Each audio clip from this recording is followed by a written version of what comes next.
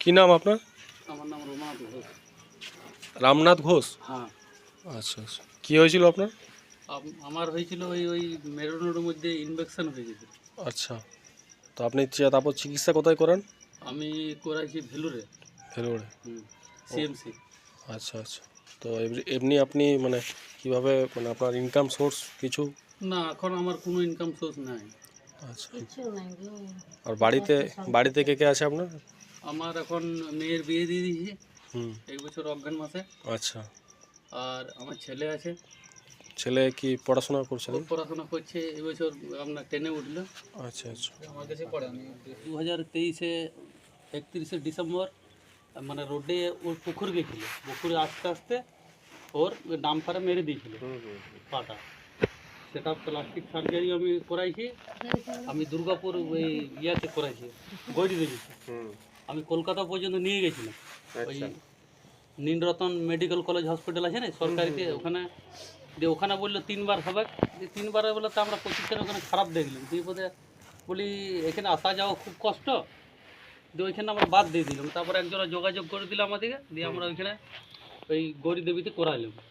আচ্ছা, তারপরে পাটা একটু মোটামুটি এখন সেরেছে, চলাফেরা একটু হালকা হালকা করতে পারছে। তারপরে আমার আবার আগের বছর থেকে এই অজ্ঞান মাস থেকে প্রায় শরীর খারাপ, এই ইয়া মাস থেকে ওই কার্তিক অজ্ঞান মাস থেকেই শরীর খারাপ আমার আস্তে আস্তে আস্তে বুঝতে পারা গেল না। এখান থেকে গোটাই দেখালাম। তারপরে একজন আমাকে বললো যে তুমি দাদা ভেলুর চলে যাও, যখন তুমি এরকম বলছো তোমার অত টাকা পয়সা যখন খরচা হয়ে গেল তাহলে তুমি ওইখানকেই যাও। দিয়ে আমার সাথে একজনে যোগাযোগ করে দেয়। আচ্ছা, দিয়ে আমি ওইখানেই ওই সিএমসি ভেলুরে চিকিৎসা করাই। দিয়ে অপারেশনটা আমার আষাঢ় মাসে হয়েছে। আচ্ছা, আবার চেক আপ আছে নাকি? এই আশ্বিন মাসে আবার চেক আপে গেছিলাম, দিয়ে ডাক্তার বললে 6 মাস পর আবার আসবে। আচ্ছা, তো বর্তমানে তুমি এখন কিছু কাজ করতে না, পারছো? এখন আমার কোনো কাজ করিনি, কিছু না, ওই এখন ঘরেই আছি।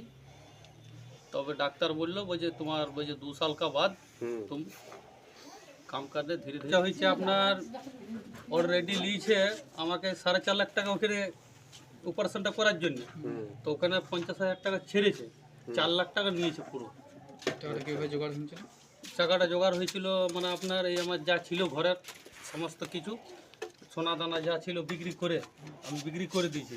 তারপর আমাদের গ্রামের থেকে আদায় করে, তারপরে এরকম নিজের আত্মীয়র কাছ থেকে ধার নিয়ে আর সব কিছু জোগাড় করে আমি ওইখানে খরচাটা চেক আপ করতে খরচা হয় সেইটা আমি আপনার না এই যে চেক আপ করেছেন একবার যাবেন কীরকম খরচা হয় এইটাতে এইবারে আমার নিয়েছে মোটামুটি আপনার এইবারে 32,000 টাকা খরচা হলো ডাক্তারের সমস্ত, আর ওষুধও আমি নিয়ে চলে এসেছি 6 মাসের একদম। বারবার তো আসা যাওয়া যাবে না, যে একবারে আমি সব 6 মাসের ডাক্তার বললো বুঝিয়ে আমাকে। আবার সেই দিনে ফোন করেছিল 3-4 দিন আগে, দিয়ে বোধ ওইখান থেকে ডাক্তার ফোন করে বললো বলছে दवाई तुम लेके गया? দিয়ে বোধ আমি বলি हाँ सर हम दवाई लेके सब आए हैं। বলছে दवाई मत बंद करना मत, আমাকে বলছিল। এই পরশু দিনেই ফোন করেছিল 1টার সময় বেলা। আচ্ছা আচ্ছা, আমাকে দিয়ে ফোন করে বলে না दवाई लेके हम आए हैं। বলছি ঠিক আছে, এটাই বলি। তো তোমার চিকিৎসার জন্য আমরা কিছু কালেকশন করেছিলাম আগেই, তুমি তো জানো যে তোমার কাছে আমরা এসেছিও। হ্যাঁ, আর ওই ওই যে আমার মেয়েটা পুজো আছে না, সে আমাকে বলেছিল, তখন আমি ওইখানেও ছিলাম। আমাকে ফোন করেছিল, সেই সময় আমরা চেষ্টা করেছিলাম, তো আমাদের তো সেই আদায় করে করতে হয়, সাথে সাথে করা যায়নি। আপনাকে বলে দিচ্ছি আমার এমনি কাগজ কলমে 7 লাখ টাকা ফিরে গিয়েছে খরচায়। হ্যাঁ, অনেক টাকা। নিজের আত্মীয়র কাছেও ধার নিয়েছি, তারপর আমাদের গ্রামেও আদায় করেছি। তারপরে আমার মেয়েটাও কোথায় সীতারামপুর না ওইদিকে কোথায় কালেকশন করেছিল। হ্যাঁ, ওইটার থেকে স্টুডেন্ট ছিল, ওদেরকে বলে দিয়েছিলাম গ্রামটা করতে, ওটা করেছিল। সাড়া, তেলিরডাঙ্গা, রামলালপুর, পায়রাসোল, এই সমস্ত জায়গা থেকে যতটা মানুষ সাহায্য করেছে সেই টাকাটা আমরা তোমার হাতে তুলবো, এবং যতটুকু পারা যায় তুমি সেটাকে নিয়ে পরে চিকিৎসা করাবে। আমরা আবার পরবর্তীকালে চেষ্টা করব দেওয়ার। ঠিক আছে? এইটা নিয়ে পরে তোমার তো কিছুটাও হেল্প হবে, তো সেই হিসাবে না অবশ্যই হ্যাঁ ঠিকই ওটা আমরা তো বুঝতেই পারছি আমরা সব আদায় করে করে ইয়ে করি।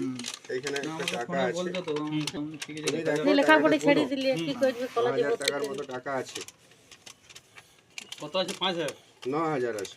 9,000 9,000 টাকা কালেকশন যেটুকু হয়েছিল, কালেকশন হয়েছে সমস্তটাই দেওয়া হয়েছে। ধরো খুব বিপদ গেল গো, ছেলেটা আমার বাচ্চা কোথাও লইবে না, না বেটি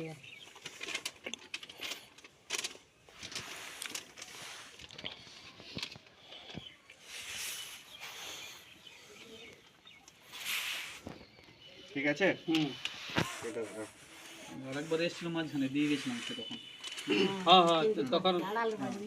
হ্যাঁ হুম। তো এইটা রাখো।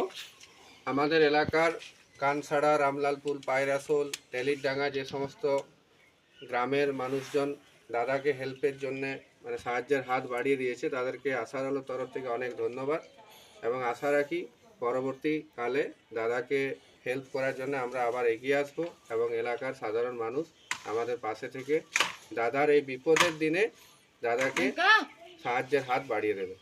ধন্যবাদ। আর প্রচুর টাকা খরচা হয়েছে, প্রায় মোটামুটি 7 থেকে 7.5 লাখ টাকা খরচা হয়েছে। আবার চেক আপের জন্য প্রত্যেকবার 6 মাস পর পর 32,000 টাকা করে খরচা হয়। তাই আমাদের মেজিয়া এলাকাবাসী এবং যারা যারা আমাদের আশার আলো পেজের সাথে যুক্ত আছেন তাদের সকলের কাছে অনুরোধ, দাদার চিকিৎসার ক্ষেত্রে দাদার যেন পাশে থেকে যে কোনোভাবে টাকা পয়সা দিয়ে পাশে থেকে যে কোনোভাবে দাদাকে একটু হেল্প করবেন, এটা আমাদের আশার আলো সমস্ত মেম্বারদের তরফ থেকে আপনাদের কাছে অনুরোধ। দাদার বাড়িটা একটু বলে দাও। দাদার বাড়ি হচ্ছে মেজিয়া সোরাগডিহি গ্রামে।